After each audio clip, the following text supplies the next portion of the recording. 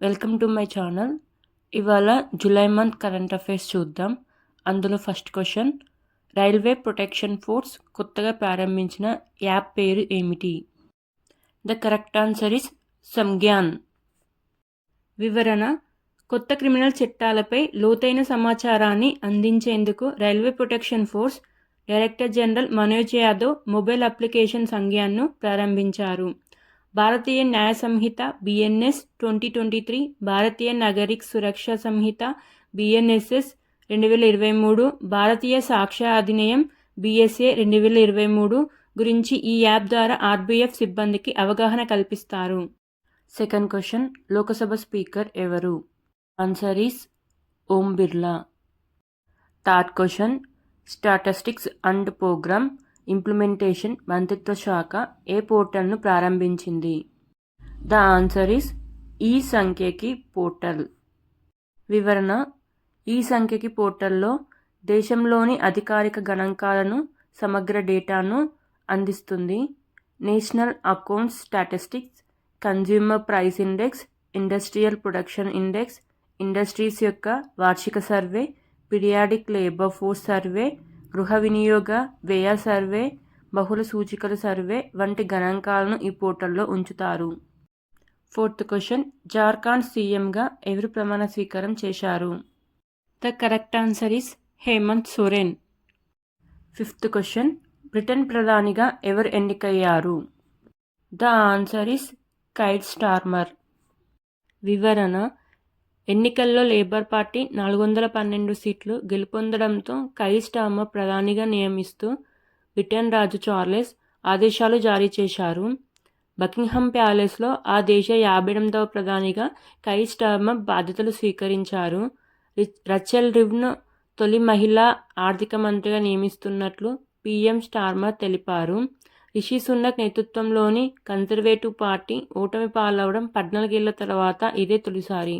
Sixth question, ప్రస్తుతం Shanghai సహకార సంస్థ ఎన్నో వార్షిక సదస్సును నిర్వహించారు? ద ఆన్సర్ ఇస్ 24వ సదస్సు. ఈ 24వ సదస్సు కజకిస్తాన్ రాజధాని హస్తానా వేదికగా జరిగింది. భారత్ నుండి కేంద్ర మంత్రి జైశంకర్ ఈ సమావేశంలో పాల్గొన్నారు. ఉగ్రవాదులకు ఆశ్రయం ఇచ్చే దేశాలను ఏకాకులుగా చేయాలని అంతర్జాతీయ సమాజానికి భారత్ పిలుపునిచ్చింది.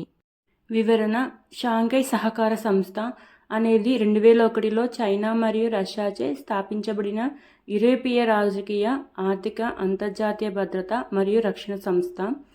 ప్రస్తుతం 9 దేశాలు SCO పూర్తి సభ్య దేశాలుగా కలిగి ఉన్నాయి. అందులో భారతదేశం, Iran, Kazakhstan, China, Kyrgyzstan, Russia, Pakistan, Tajikistan మరియు ఉజ్బెకిస్తాన్. సెవెంత్ క్వశ్చన్, ప్రపంచంలో ఏ దేశం మొట్టమొదటిసారిగా హాలోగ్రఫీ నోట్లను విడుదల చేసింది? The answer is Japan.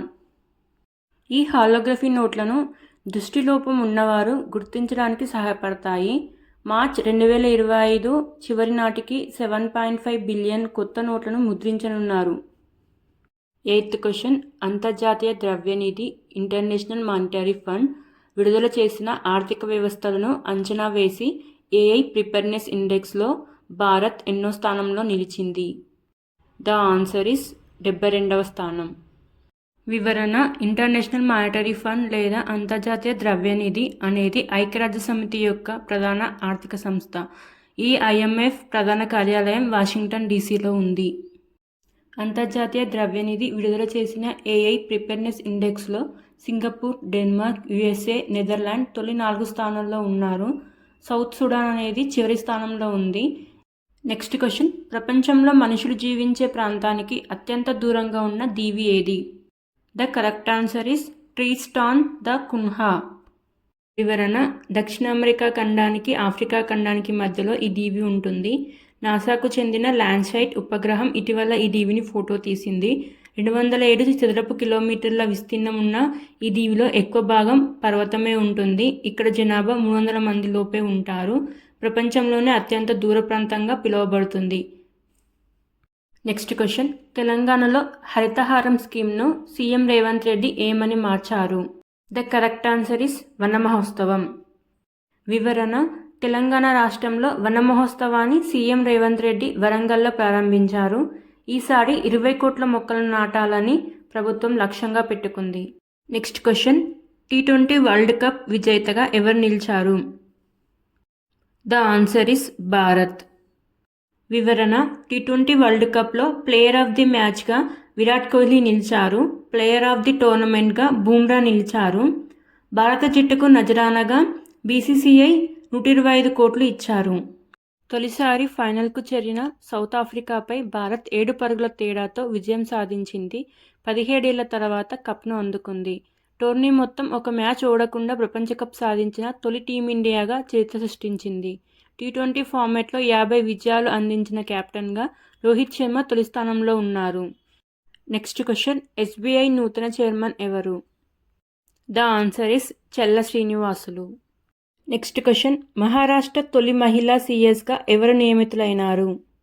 The correct answer is Sujata Saunik. Next question, ప్రతిష్టాత్మకమైన విశ్వాంబర డాక్టర్ సి నారాయణ రెడ్డి జాతీయ సాహిత్య పురస్కారానికి ఎవరు ఎన్నికయ్యారు? ద ఆన్సర్ ఇస్ తమిళ రచయిత్రి Sivasankari. Next question, Locarno film festival jury ఎవరిని జీవితకాల సాఫల్య పురస్కారానికి ఎంపిక చేసింది? The correct answer is Shah Rukh Khan.